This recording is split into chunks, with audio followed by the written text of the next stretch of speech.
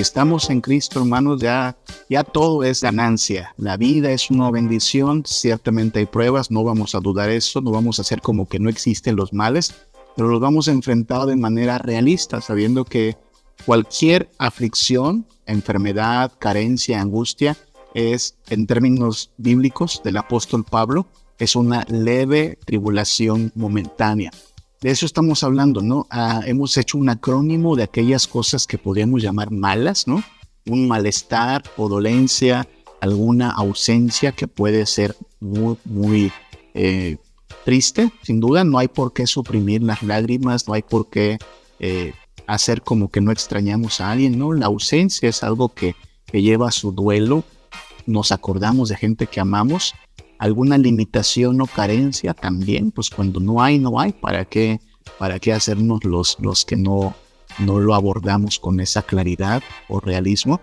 Y algún obstáculo o contratiempo, cosas que pasan, pues si no arruinan nuestros planes, al menos sí nos obligan a modificarlos, ¿no? Hemos dicho que en las pruebas de la vida, en las pruebas de cada día, las carencias, las dificultades, los malestares, hay que analizarnos, ¿no? Preguntarnos cuánto de esto es producto de algo que me tocaba a mí hacer y no hice, cuánto de esto requiere que me arrepienta por algo que hice mal o que obré mal, cuánto de esto para salir de aquí va a requerir obediencia porque solito no se va a resolver, tengo que poner yo manos a la obra, y cuánto de esto es de hecho urgente, ¿no? No puedo dejarlo de aquí para el próximo año, sino que tengo que moverme en diligencia. La Biblia habla de eso, arrepentimiento, obediencia, diligencia, pero también hay que descansar, ¿no? ¿Cuánto de esto requiere que yo tenga abnegación porque ocurrió, porque Dios quiso así, ¿no? Como la explosión de un volcán, como un terremoto, como una enfermedad, como un accidente que yo no provoqué. ¿Cuánto de esto demanda que yo tenga mi esperanza puesta en Cristo, más que en una medicina, en un doctor, en dinero, cosas que no son malas en sí? Si usted tiene los medios, si usted tiene posibilidades de salir de esa situación con los medios que Dios le ha dado, adelante, aprovechémoslo, pero nuestra esperanza está en Cristo. Y por encima de todo, necesitamos alabar al Señor, sea cual sea nuestra condición, porque de hecho en las pruebas es donde se manifiesta dónde está nuestro verdadero gozo y esperanza. Lo que dijimos el miércoles pasado es que, según 1 de Pedro 4, del 12 al 19, las dificultades hay que esperarlas, van a ocurrir. Gracias a Dios no ocurren día a día de la misma manera, pero no existe de este lado de la historia un día sin problemas. Hoy tuvo su dosis de dificultad. Y vamos a gozarnos a pesar de ellas, ¿no? No porque, escuché alguien que decía, no porque te diste cuenta que Santa Claus no existe, vas a dejar de celebrar Navidad, ¿no? Creo que es una frase interesante. Es decir, a veces nuestras ilusiones son rotas, ¿sí? A veces nos damos cuenta que no son las cosas como las imaginamos, pero la esencia de nuestro gozo está más allá de lo temporal, de lo material, de lo que pudiésemos tener o carecer de este lado de la historia. La esencia de nuestro gozo está en Cristo y la relación que tenemos de comunión con el Padre gracias a Él. Sí tenemos que examinarnos, repito, hay veces que hacemos cosas, acarrean consecuencias y que debemos entonces pues darnos cuenta de hasta qué punto no estamos en realidad bajo algo que llamemos una prueba de Dios, sino las consecuencias de nuestras decisiones. La queja, hermanos, otro día hablamos del contentamiento, quizás sea la temática del próximo estudio, ¿sabe? Porque somos buenos para quejarnos, de verdad. Yo trato en verdad de hacerme el propósito de quejarme lo menos posible. Viera qué difícil es. Con todo, al final de este día he blasfemado contra Dios más de una vez en este día por mi queja. Y fíjense que estoy usando una palabra que puede parecer dura, ¿no? ¿Cómo que blasfemado? Pues sí, voltea para el cielo y díselo al autor de la realidad, ¿no? Él es el que hace traer la lluvia o el sol, Él es el que hace que ocurran las cosas. Dile, no me gusta cómo lo haces, porque aunque no volteemos al cielo y se lo digamos, básicamente toda queja, aquí sí no hay excusa, toda queja es algo en contra de Dios, es una expresión diciendo, no me gusta cómo lo haces, e incluso podría haber hasta un pensamiento, algo así como altivo, de decir, yo lo haría mejor si fuera Dios, ¿no? Porque la queja es básicamente eso. No significa, hay que hacer el paréntesis, que no podemos echar nuestra ansiedad sobre Dios. Una cosa es la queja altiva, impertinente, irreverente contra Dios. Otra es el clamor sincero y humilde. Otra cosa es decirle a Dios, Dios, de veras que me cuesta, me cuesta gozarme cuando estoy enfermo. Y tú conoces mi corazón, pero por favor ayúdame a gozarme. Ay, Dios, de veras que me está costando estar sin trabajo. No es fácil gozarme cuando el hogar tiene carencias. Eso es diferente, ¿no? Llegar con una actitud de humildad, de sometimiento es diferente. Me viene a la mente una escena en la vida de Jesús, cuando Jesús es avisado de que su amigo Lázaro está enfermo, ¿se acuerda? Le mandan a decir, tu amigo Lázaro, el que amas, está enfermo. Y Jesús, aún sabiendo que Lázaro está enfermo, se queda unos días. Es decir, él va a esperar a que Lázaro muera, lo cual pues podría ser interpretado como que, pues, ¿qué tanto le importaba a Lázaro que en vez de correr, tan pronto le dieron la noticia, se espera todavía y llega pues para cuando ya murió? De hecho, cuando lo llevan al sepulcro de Lázaro, la hermana dice, Señor, ya apesta, ¿no? Ya hiede. Pero las dos hermanas de Lázaro, ¿se acuerdan? Tanto María como Marta, las dos, le dicen lo mismo a Jesús. Si hubieses estado aquí, no habría muerto. Las mismas palabras, usted puede verificarlo en el Evangelio de Juan, las mismas palabras le dicen tanto María como Marta. Sin embargo, la forma en que Marta lo dice parece más como un reclamo, ¿no? Así como, oye Jesús, si hubieras estado contra, no habría muerto mi hermano, ¿no? Y María, al contrario, si usted lee el pasaje, hay una diferencia allí, incluso en la actitud. Dice que María se postró. O sea, la actitud de María es llegar e inclinarse y postrarse ante Jesús, aunque dice las mismas palabras. Las palabras son, si hubieses estado aquí, Señor, no habría muerto mi hermano. Las mismas palabras, pero la actitud es diferente. Y lo mismo pasa, usted sabe, si tenemos hijos, sabemos cuando nuestro hijo nos está haciendo una petición sincera, humilde. Cuando dice, papi, ¿me compras unas sabritas? Cómprame unas sabritas, ¿no? Que es lo que le encanta a los niños. Cómprame unos dulces. Y cuando el hijo lo dice de manera insolente, cómprame unos dulces, ¿no? Le sabemos como que medir el tono a nuestros hijos. De hecho, a algunos les decimos, cuida tu tonito porque no me vas a estar hablando de esa forma, ¿no? Creo que eso también, si nosotros lo percibimos para con nuestros hijos, si sabemos cuando nuestro hijo está haciendo una petición sincera y humilde, pues imagínese Dios cuánto no podrá identificar cuando nuestra queja o nuestro clamor es dicho con arrogancia, con altivez, o cuando es dicha con verdadera humildad y sencillez. Entonces, sí, debemos examinarnos y examinar cómo estamos reaccionando en las pruebas, en las luchas, cómo estamos buscando nuestro gozo a pesar de las pruebas, y debemos perseverar sobre ellas, ¿no? El que tengamos pruebas no nos da un pase libre, como para ya esos días de prueba no buscar nuestra santificación y nuestra madurez. Hoy quiero tocar un punto, y hacia allá vamos a ir los próximos minutos, hermanos, hacia algo que alguien me estuvo comentando. Algunos me estuvieron comentando, gracias por los que escriben el mensaje privado y nos mandan pues algún saludito, cosas por ahí. Hablando de esto de en paz me acostaré, ya sabe, el salmo que nos brinda esta oración tan sencilla, en paz me acostaré y así mismo dormiré, porque solo tú, oh Señor, me haces vivir confiado. Pero ¿qué pasa con estas cosas que ocurren, que son parte de las pruebas, creo que específicamente del cristiano, que dices, no me dejan dormir, ¿sí?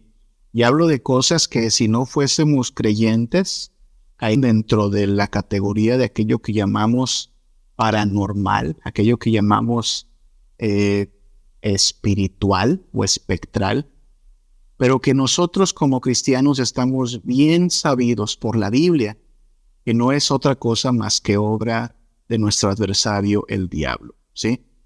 Más de un cristiano ha experimentado esta clase de experiencia que va entre pues la percepción de algunas presencias por ahí, a veces ciertos ruidos, a veces ciertas cosas extrañas, que tú dices, yo no quiero ser fanático, no quiero ser tampoco miedoso, no quiero caer en pánico, no quiero tampoco estar haciéndome ideas, pero algo está pasando. Es más, a los pastores, más de una vez los hermanos de la iglesia, pues se nos acercan diciendo, pastor, ¿podría ir a orar a mi casa, por favor? Porque mire, en casa estamos teniendo este problema, ¿no? Nos despiertan, oímos ruidos, cosas extrañas, cosas raras, que pues no es que uno quiera alarmarse, ¿no? Pero estas cosas pasan, ¿ok? Eso es lo que quisiera considerar esta noche, hablando de esto, de dormir en paz, porque pues sí, son cosas que aunque sabemos que son parte de la experiencia de lucha del cristiano, pues necesitamos saber más o menos cómo afrontarlas de manera bíblica en Cristo, ¿no? Y me refiero pues precisamente a lo que nos advierte el apóstol Pablo allá en Efesios capítulo 6 principalmente, ¿no? Este pasaje que habla de la armadura del cristiano, que nos dice que pues no tenemos lucha contra sangre ni carne, sino contra huestes espirituales de maldad, que están muy organizados, principados, potestades, y que también el apóstol Pedro nos dice que nuestro adversario, el diablo, anda buscando a quien devorar, ¿no? Y lo menciono porque desde nuestra perspectiva bíblica que tratamos de tener aquí en la Sinagoga Web, pues yo no le voy a decir a usted, en verdad no se lo voy a decir, que usted necesita, no sé, agua bendita, como a veces los católicos romanos hacen, ¿no? Piensan que el agua bendita tiene cierto poder o un objeto como la Biblia. He escuchado de gente que dice, da recetas, no, hombre, agarra una Biblia y ábrenla a la mitad y déjala ahí en medio de la sala para que traiga cierta protección, hermano. La Biblia en sí, la Biblia por sí misma no tiene poder, es papel con tinta, ¿no? Cuídela porque es su Biblia, pero en sí no podemos utilizar objetos como si fueran fetiches, como si fueran amuletos. No funciona así el poder de la Biblia. El poder de la Biblia radica en su mensaje que el Espíritu Santo usa para fortalecernos. Pero eso no quita que aún así el cristiano en alguna parte de su vida, en alguna etapa, y a veces ocurre que por alguna razón, cuando el creyente empieza a tomarse en serio ciertas cosas en su vida, empieza a querer alcanzar un grado mayor de madurez, empieza cierta lucha de esta naturaleza, una lucha, llamémosle espiritual, ¿sí? Cierto intento del adversario de atemorizar, de confundir, que puede venir de muchas formas. Inquietud al dormir, por ejemplo, sueños un tanto perturbadores, incluso hay como ruidos, cosas que ocurren, que no quisiera aquí tampoco abundar mucho en las formas, porque también como que esto causa mucho sensacionalismo, amarillismo, ¿no? De por sí a la gente le gusta escuchar relatos de terror y de espanto. México está muy influenciado por este gusto por las historias de terror tipo La Llorona, tipo La Mano Peluda, que no quiero caer en detalles, pero espero que me esté dando a entender de que hay una lucha verdadera espiritual, hay una presencia, a veces maligna, diabólica, perversa, que nos va a tentar hacia el temor, hacia el espanto, a veces hacia la incredulidad, y a la cual debemos nosotros responder bíblicamente. Y estoy utilizando los términos más bíblicos que encuentro, ¿no? Repito, una lucha espiritual, diabólica, satánica. Perdón si los términos suenan muy extraños, pero es que estos son los nombres con que la Biblia se refiere a nuestro adversario, el diablo, Satanás, ¿sí? El adversario, el acusador, el engañador. Y mejor llamarle las cosas por su nombre, porque nosotros no creemos en verdad que estos sean espectros, no creemos que estos sean espantos, ánimas en pena, no es la Llorona, créanme usted, no son aluches, ¿no? Aquí en la península está muy arraigado el asunto de pensar en que son aluchitos, son espíritus por ahí. No, hermano, la Biblia habla.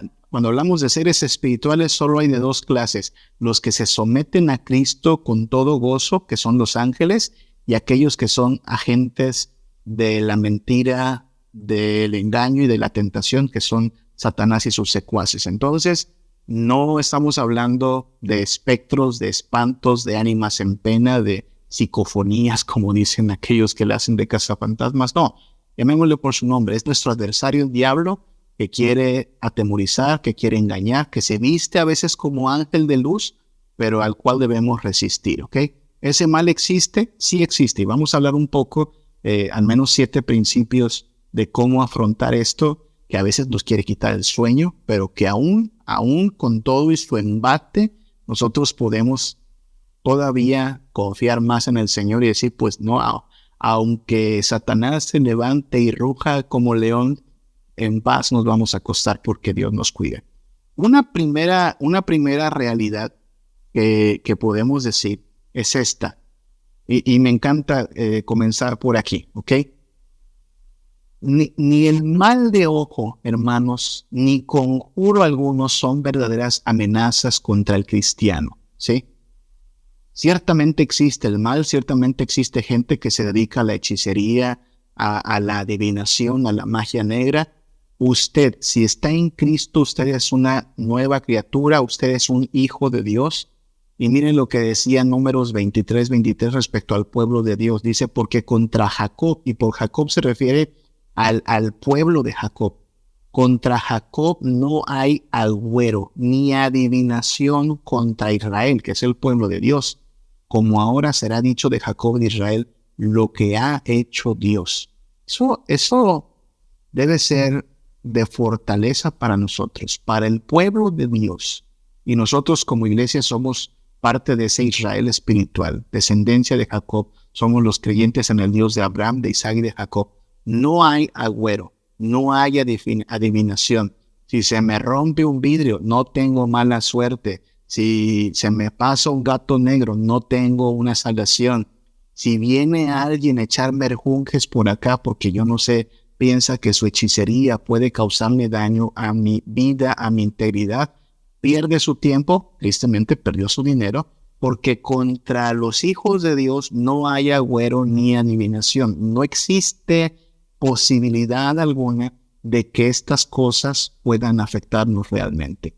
Lo digo sabiendo que hay hermanos me han dicho, pastor, llego a mi negocio y descubro que alguien me echó tierra negra, porque usted no sé si sepa, pero hay quien piensa que la tierra del panteón más la acción de un brujo puede hacer que el negocio fracase. En nombre del Señor, barra la tierrita, porque contra Jacob no hay agüero ni adivinación contra Israel. Ni el vudú, ni la magia negra, ni la hechicería, nada de eso es una verdadera amenaza. No se lo digo yo, está diciendo la palabra de Dios. Tengo por aquí a 1,5 cuadras saliendo aquí una familia que se dedica dizque a leer las cartas y a la santería, ¿no? No pasa nada. Por aquí, en esta casa, gobierna nuestro Señor. Tememos al Señor. No hay por qué temerle a eso. No nos va a quitar el sueño. Si vemos cosas raras, si oímos cosas extrañas, ¿qué haremos? Invocaremos el nombre del Señor, alabaremos su nombre, nos afirmaremos en nuestra fe en Cristo, porque de hecho, En Cristo Jesús somos vencedores sobre estos poderes. Por eso, armados de esto que llama Pablo, no es la armadura de Cristo, ¿no? La fe, la justicia, la salvación. Podemos estar firmes contra las acechanzas del diablo. Número dos, la maldición generacional no es algo que debamos temer. Soy consciente de que en otras corrientes, a veces dentro de la iglesia, me parecen corrientes equivocadas, hay gente que enseña que hay algo que se llama maldición general, ¿no? Que es, mira, si tu abuelo hizo algo, si tu abuelo hizo por ahí algún pacto ahí medio de brujería, de adivinación, pues esto te involucra a ti. He conocido gente que dice, ay, es que mi abuelita me ofreció a la Santa Muerte cuando andaba en sus cosas, pues pobre su abuela, pero no puede andar ofreciendo a nadie a la Santa Muerte, no funciona así. Allá ella y su equivocación, pero usted no tiene por qué romper con ningún pacto con el mal, no tiene por qué hacer ninguna ceremonia. No existe la idea dentro del cristianismo de que nosotros cosecharemos cierta maldición, cierta actividad demoníaca por lo que hicieron nuestros antepasados. De hecho, Ezequiel 18:20 nos libra de este temor. Dice, el alma que pecare, esa morirá. O sea, cada quien tendrá que hacer frente por sus pecados, frente a Dios. El hijo no llevará el pecado del padre, ni el padre llevará el pecado del hijo. Hablando de la culpa, ¿no? La justicia del justo será sobre él y la impiedad del impío será sobre él. Eso no significa, por supuesto, que lo que hacemos no tendrá consecuencias en nuestros hijos. Si yo soy un mal padre, vicioso, que maltrata a su esposa, mis hijos van a ser afectados por eso. Si en mi casa traigo la hechicería, traigo la adivinación y la brujería como la forma habitual en que hacemos las cosas, pues obviamente le estaré inculcando ese mismo engaño, fanatismo y equivocación a mis hijos. Pero no, lo que estoy tratando de decir es, no hay motivo para que usted diga, ay, el diablo me va a estar aquejando por cosas que hizo mi abuelo, mi tatarabuelo, que es algo que muchos llaman maldición generacional. Y es eso donde muchos dicen que lo que te falta es una liberación, ¿no? Hay que liberarte de espíritus por ahí que se metieron en ti, hermano mío. Esa forma de pensar, créame, no está arraigada en la Biblia. Viene más de la brujería y de la hechicería. Pero en la Biblia no hay tal cosa como la necesidad de ser librado de espíritus que se fueron acumulando de los padres hacia los hijos. No funciona así. Es Cristo el que nos libra de toda condenación. Y ya no necesitamos tener temor de lo que hicieron la gente en nuestro pasado. De hecho, nosotros podemos romper con cualquier ciclo de pecado por el poder que nos es dado en Cristo Jesús. Entonces, ni el mal de ojo ni conjuro alguno son verdaderas amenazas, ni la maldición generacional es algo de lo cual debamos buscar cierta liberación o algo así. Sé que son términos que en círculos carismáticos son comunes, ¿no? Se habla de guerra espiritual, se habla de reprender al diablo. Hermano, yo no tengo que reprender al diablo. Eso lo hizo Jesús. Jesús despojó a los principados y a las potestades, triunfando sobre ellos en la cruz del Calvario. Yo voy a alabar al Señor. En un momento hablaremos de eso. Algo más que hay que decir, mucho ojo. Los objetos, cualesquiera que estos sean, los objetos no son portadores de maldición alguna o de poder, ¿sí? A esto le podríamos llamar animismo, fetichismo. O sea, animismo, la idea de que una piedra, un pedazo de madera, lo que sea, tiene una esencia maligna, ¿no? No son portadores de poder alguno o de maldición alguna, ¿no? Lo digo porque a veces empiezan estas cosas. Si el cristiano empieza a experimentar estas pruebas de carácter espiritual, esta, llamémosle, opresión espiritual, no falta, porque ya sabe, tenemos amigos y familiares de otras corrientes denominacionales que dicen, pues hay que buscar qué es lo que hay en tu casa que lo está atrayendo. Eso es lo que le estoy tratando de decir, que no es el proceder del cristiano, ¿no? Conocí una persona que cuando esto empezó a pasar, empezó a escarbar en su patio porque según esta persona, alguien había enterrado en el patio algo maligno, ¿no? Diabólico. Hermano, imagínense que nos tuviésemos que poner a escarbar a ver quién dejó algo allí. No, ni los objetos ni materia alguna es portadora de maldición o de poder, ¿ok? Hay gente que luego hasta promueve cierta quema de cosas, no hay que quemar esos juguetes de los niños porque por esa muñeca se metió el mal, esos discos diabólicos, ¿no? Quiero hacer una aclaración aquí, ¿no? De por sí hay cosas que no deberían llegar a nuestra casa, ¿ok? De por sí yo no traería a mi casa una escultura de la muerte, ¿no? No porque le tenga miedo a la escultura de la muerte en sí, sino porque qué rayos tiene que hacer en la casa de alguien que teme a Dios un objeto de culto idolátrico, ¿no? De ninguna manera lo traería a mi casa, ¿no? Pero tal idea como de que cualquier cosita puede tener una esencia espiritual maligna, eso es lo que hay que evitar, ¿no? Hablo de cosas en general, pero cada caso es muy particular. Miren lo que dice 1 Corintios 8 del 4 al 6, hablando acerca de hermanos que en el contexto se preguntaban qué hacer con aquello que ha sido sacrificado a los ídolos, ¿no? Ya saben, en tiempos de los Corintios, en tiempos en sí del apóstol Pablo, pues había idolatría por todos lados y paganismo, y en los templos paganos se sacrificaba animales a los ídolos y era mucha carne la que salía de esos templos paganos, carne que después era puesta a la venta pues para consumo de las personas, y entonces esta carne curiosamente hasta resultaba más barata a veces.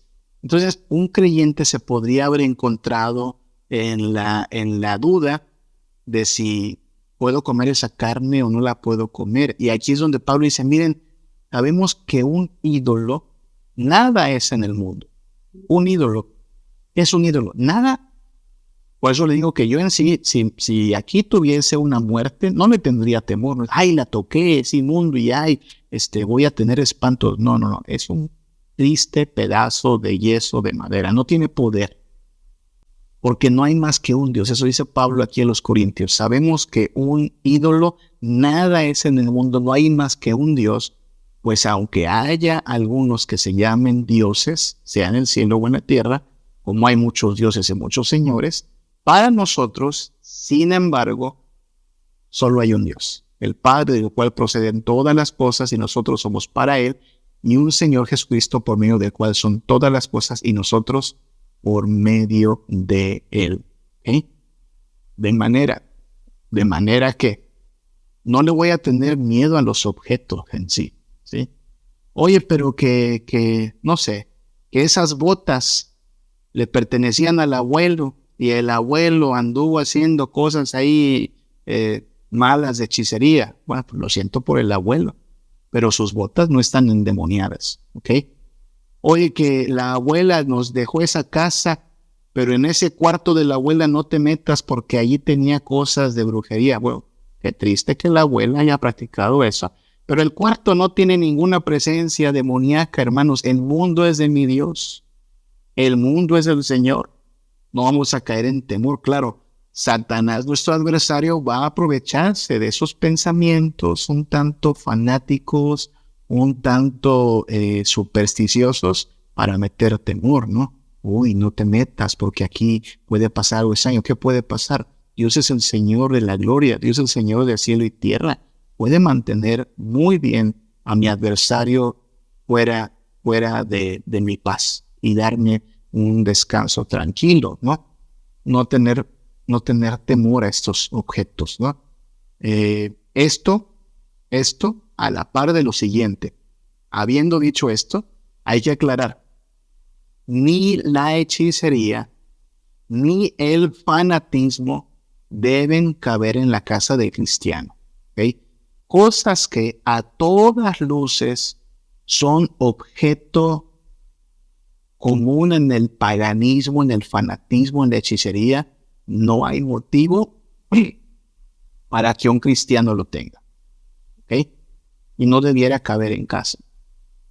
No debiera en casa de un cristiano haber amuletos, porque ciertamente, aunque no tienen poder alguno, esos amuletos sí identifican a ciertas creencias con ciertas ideas. Repito, no tienen ningún poder místico, no tienen ningún poder espiritual, pero no por eso vamos a decir, pues no tiene poder, lo llevo a mi casa. No, no.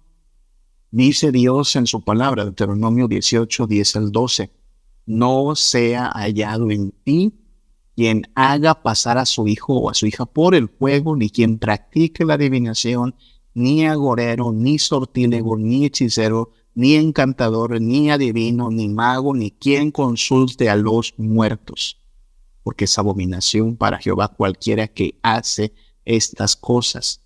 No porque te va a pasar algo malo, no porque tenga poder, porque Dios lo abomina, ¿no? O sea, porque a Dios no le gusta, porque lo ofende, porque es blasfemo. El único que tiene poder de verdad es Dios, porque traería algo que incite la idea de que otra cosa tiene poder. Y es la razón por la cual quizás sí hay que evitar toda presencia de algo que a todas luces es identificado con la hechicería, con el fanatismo. ¿Qué le digo? No quiero ser extremista, ¿no? Pero yo no traería un llavero de una pata de conejo, que son comunes, ¿no? En cualquier mercadito encuentra una pata de conejo. Yo no lo traería, porque la gente identifica una pata de conejo con superstición, con buena suerte. Yo no me colgaría aquí en la muñeca esas pulseritas rojas que traen como un ojo, que son comunes de esta creencia pagana llamada la cábala. Yo no, por más que diga, pero se ve bonito, curiosito, o los famosos chinitos, ¿no? Esos chinitos de la buena suerte. Yo no tendría en mi casa un burita así dorado, porque pues no va. No debiera ser algo que luzca en mi hogar, porque nosotros tenemos la clara concepción de que solo Dios debe ser honrado, reverenciado, ¿no? Ni aunque me lo regalen, ¿ok? Repito, no porque crea que tenga poder, no porque le vaya a tener temor, no le tenemos temor. Yo puedo pasar y usted puede pasar por el mercado, y si usted pasa y enfrente están las calacas estas todas feas, no tenga temor, no tienen poder. Pobre la gente ingenua que cae en este engaño, no hay poder allí. Pero así como no les tememos, no lo llevaríamos a nuestra casa, ¿ok? Claro, hay que trazar una diferencia entre aquello que vamos a llevar a nuestra casa y que sería poco sabio hacerlo. Y lo mismo que aplica por causa de lo que estamos diciendo, de lo que le recomendaba Pablo a los Corintios. Eso no quiere decir, por ejemplo, y voy a poner casos muy particulares, ¿no? 2 casos particulares. No quiere decir, por ejemplo, que, si alguien le invita comida, y hablo de México en particular, donde ya sabe, el 2 de noviembre la gente acostumbra a hacer tamales, y hay tamales en los altares de muertos, y algún familiar dice, oye, hice tamales, te regalo tamales, ¿qué quieres? Pues, la verdad, cómase los tamalitos, no pasa nada. No hay ninguna presencia allí maligna, perversa. Pobre del que piensa que poniendo los tamales en el altar, pues que ocurre algo por ahí espiritual. Usted y yo damos gracias a Dios por la comida, gracias a Dios por los tamales, y ya. No veo que haya ahí algún problema, ¿no? 2, otro ejemplo que me pasó, ¿no? Ya sabe que en fin de año se ponen de moda esto de la ropa interior amarilla y la ropa interior roja, ¿no? Y después cuando pasa la temporada andan dejando en baratas todo esto, ¿no? Pregunta, ¿sería pecado que alguien aproveche la rebaja y se compre sus choninos rojos o amarillos? No, aproveche la rebaja, es ropa interior, no pasa nada. A eso me refiero con que no hay que tampoco caer en una especie como de hipocondría, ¿no? pero sí hay que pedir mucha sabiduría a Dios. Hay cosas que yo no pondría en mi casa, como un atrapasueños, por ejemplo, estos objetos que algunos usan solo como decorativos. Yo no pondría un atrapasueños porque ya identifica cierto pensamiento, cierto credo. Tampoco practicaría Feng Shui de entrada, ¿no? Ahorita hasta en el catálogo de Avon vienen algunas cositas y que incienso y que cuarzos. Yo no pondría eso, pero hay que pedirle sabiduría a nuestro Dios sobre estas cosas. Buena noticia. Satanás, hermanos, no opera a su antojo, ¿ok? Ciertamente engaña, tienta, trata de atemorizar. El Señor le dijo allá en Lucas 22, 31 al 32 a Pedro, la noche que fue entregado Jesús, Pedro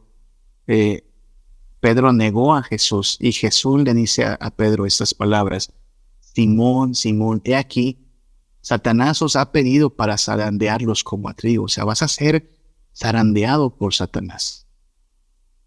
Pero yo he rogado por ti que tu fe no falte, y una vez vuelto, confirma a tus hermanos. Jesús está haciendo consciente a Pedro, van a zarandearte. Y creo que si Pedro fue zarandeado en ese sentido, pues no hay motivo para pensar que nosotros no seremos también zarandeados. Y el mismo consuelo debe haber en esto. Si por alguna razón vamos a ser zarandeados por nuestro adversario, Cristo Jesús igualmente está de nuestro lado. Él está fortaleciendo nuestra fe, rogando, intercediendo para que nuestra fe no decaiga. Que tal como Jesús, al verse bajo la tentación, invocó la palabra de Dios y resistió la tentación, que así nosotros podamos decir, bueno, estoy escuchando cosas extrañas, percibo cosas raras, pero me voy a fortalecer en el Señor. Nada de esto me va a llenar de temor, nada de esto me va a hacer querer ir, porque ese es el error que muchos han cometido, ¿no? Ay, de espantos y cosas, y entonces voy, la vecina que es hierbatera, vecina, écheme una limpia. ¿Qué pasó? Eso es lo que no debes hacer. No vamos a vencer el mal con el mal, vamos a vencer el mal con el bien. Vamos a fortalecernos en el Señor y en el poder de su fuerza. Vamos a afirmar nuestra confianza en Él. Vamos a afirmar nuestra obediencia a su palabra. Vamos a confiar en aquel que está con nosotros, porque mayor es el que está con nosotros que el que está en el mundo. No le voy a decir, y fíjese que hasta ahorita no he dicho de ninguna manera que, no hombre, usted lo está imaginando, esas son ideas. No, hay cierta experiencia que no hay forma de decir te lo imaginaste, no, está pasando. Pasan cosas, qué triste que pasen porque pues ponen a prueba nuestra fe, ¿no? Pero por otro lado, cuando ocurren, nuestra fe debe ser fortalecida en Cristo. Somos librados del poder del maligno por el poder de Cristo. Primera de Juan 5:18, enmarque esto. Si usted está en algún momento siendo objeto de este ataque de nuestro adversario, queriendo atemorizar, queriendo hacer que tengamos miedo, queriéndonos hacer percibir estas cosas extrañas, confíe en la palabra de Dios. Primera de Juan 5:18. Sabemos que todo aquel que ha nacido de Dios no practica el pecado, o sea, ya no vive para pecar, pues aquel que fue engendrado por Dios, o sea, Jesucristo, le guarda, le protege, le fortalece. Y, subraya esto, el maligno no le toca. El maligno no le toca. ¿Se acuerda lo que dice Pablo en los Romanos, capítulo 8? Ni la muerte, ni la vida, ni el presente, ni el porvenir, ni una cosa creada nos puede separar del amor de Dios que es en Cristo Jesús. El adversario entra en esa lista. Nada nos puede separar del amor de Dios en Cristo Jesús. El maligno no nos va a tocar. Quizá nos quiere zarandear. Quizá nos va a querer engañar. Sin duda nos va a querer atemorizar, pero no nos puede tocar ni arrebatar lo que Dios nos ha dado en Cristo Jesús. Ahora, eso sí, no ande peleando con el diablo. Por favor, esta idea de andar haciendo como el cazafantasma y te reprendo, diablo, y peor aún, manifiéstate. Usted no le pide al diablo que se manifieste, ¿ok? Usted no pide una entrevista con el diablo. Usted cumpla con lo que la misma palabra de Dios nos marca. Santiago 4:7, someteos a Dios. Someteos pues a Dios, resistid al diablo y huirá de vosotros. El momento en que usted perciba cierta presencia maligna, cierto temor, cierto ataque espiritual, es el momento para afirmar la fe en Cristo. Sométase al Señor, resista, y va a ver que tarde o temprano el Señor traerá fortaleza, edificación, y saldremos ganando de esa experiencia, saldremos confiando más en el poder del Señor, saldremos más fortalecidos en Cristo y saldremos más conscientes de que nuestro adversario en realidad solo está dando patadas de ahogado. Lo próximo que viene es que será lanzado al lago de fuego. Así es que nosotros no estamos llamados a pelear contra Satanás, a resistirlo, y lo vamos a resistir en el poder del Señor, en sometimiento a Cristo. Yo quisiera que no tuviésemos estas experiencias, pero eventualmente van a ocurrir. Y si ocurren, aún así, confiando en el Señor, fortalecidos en Cristo, siendo valientes, porque no nos ha dado Dios un espíritu de cobardía, vamos a resistir y vamos a salir vencedores en Cristo, porque en el poder de su fuerza somos vencedores. Podemos al final también del día decir, pues, en paz me acostaré. Me encanta cómo lo decía Martín Lutero en su himno, Castillo Fuerte. Si alguien lo conoce, el himno de Martín Lutero tiene una estrofa que dice: aunque estén demonios mil prontos a devorarnos, no temeremos, porque Dios sabrá cómo ampararnos. Que muestre su vigor, Satán y su furor, dañarnos no podrá, pues condenado es ya por la palabra santa. Esa era la certeza de Martín Lutero. Que haga lo que quiera, que ruja cuanto quiera, ya está condenado, y nosotros estamos del lado del que lo ha vencido. Y solo en eso, hermanos, pues podemos decir, en paz me acostaré.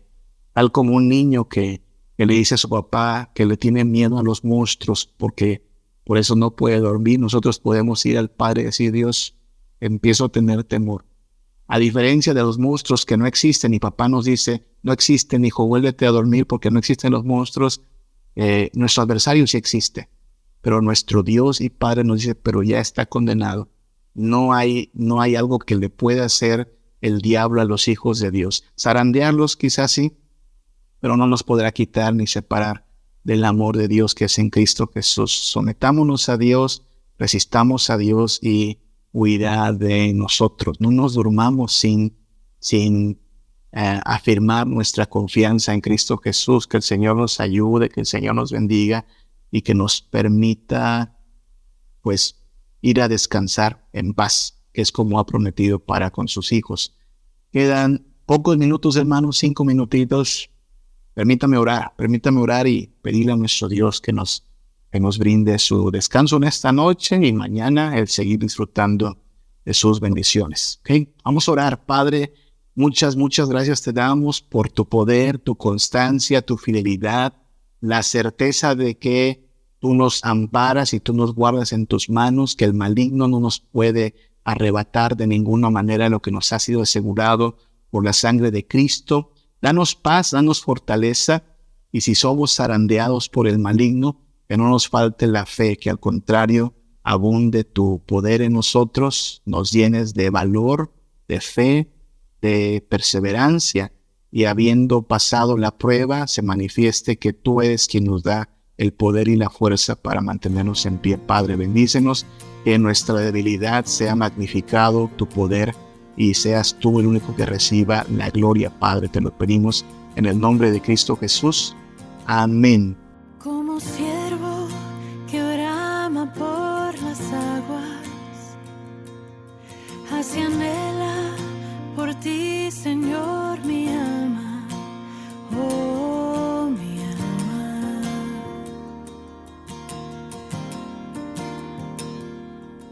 Como árbol plantado junto a aguas, así mi ser se deleita en tu palabra, tu palabra.